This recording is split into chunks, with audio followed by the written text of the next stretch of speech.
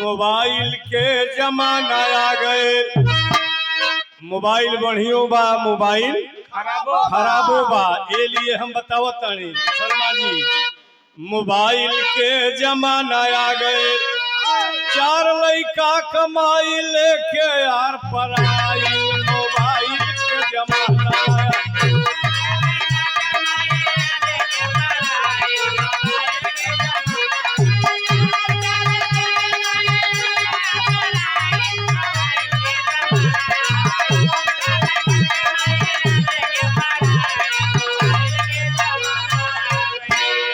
Mobile से 4 लड़का कमाई भी प्यार मोहब्बत करे लगल।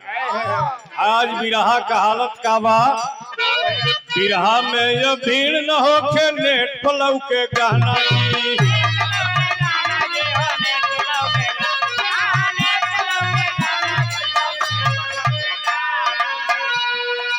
डांस करे ली लेडीज आके आई नया जमाना जी।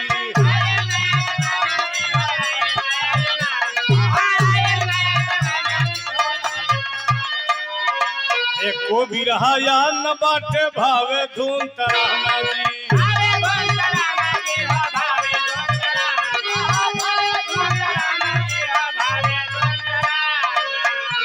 अब तर जगवा त खाली, अब बुढ़वा टिकवत बाबो ठलाली। मोबाइल के जमाना आ गए, केहू बात न बूझे सबही बाप पगलाइल। मोबाइल के जमाना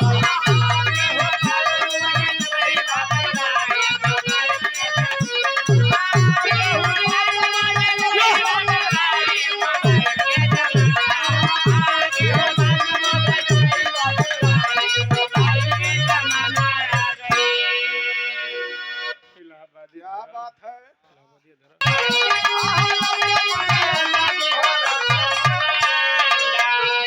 पहले की जमाना में दाल भात रोटी तरकारी दही मिल जा सब काम सही हो जा, लेकिन अब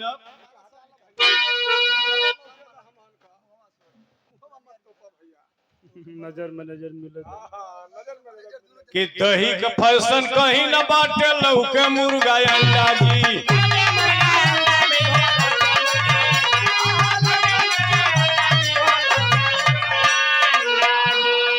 अहिर बेचारा भइल जब से हाथ से गइल डंडा जी।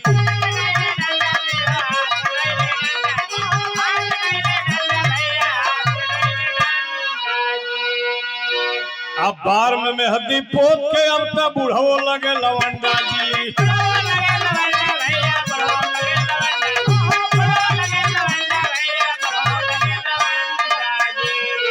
पिछड़ी जात के नाच नचावे अजवो देखा पंडा जी।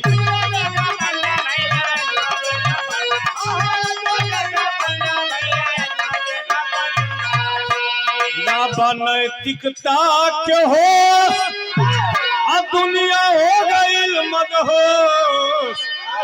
मोबाइल के जमाना आ गए, दारू शरबत लागे सबही बाया झुराइल। मोबाइल के जमाना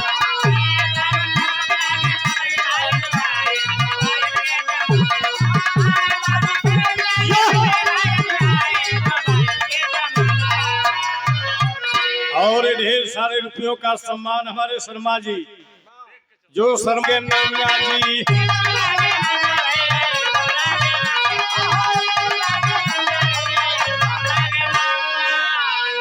ऐसन कपड़ा पहने जनाना एकदम लागे नंगा जी।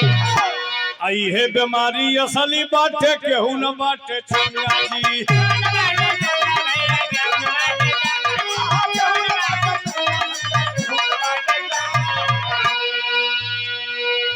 नीरज यादव, ये बीमारी असली बाटे केहू न बाटे चंगा जी।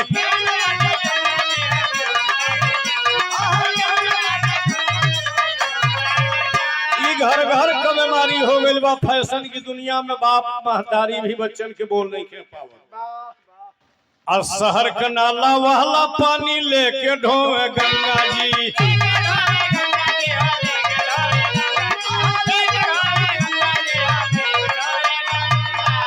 सगरी शहर की नाला का पानी वही गंगा जी में बहत बा। बारे अंधविश्वास वही में लोग जा करके नहा के अपन पुण्य भागी समझता। लिए हमार कहना अंतिम लाइन कि संतोष हरदम बरे रोवाई नहीं मान कही भाई। मोबाइल के जमाना आ गए, मोबाइल के जमाना आ गए। गाँव बीरंदर मन माया में अझुराई, मोबाइल के जमाना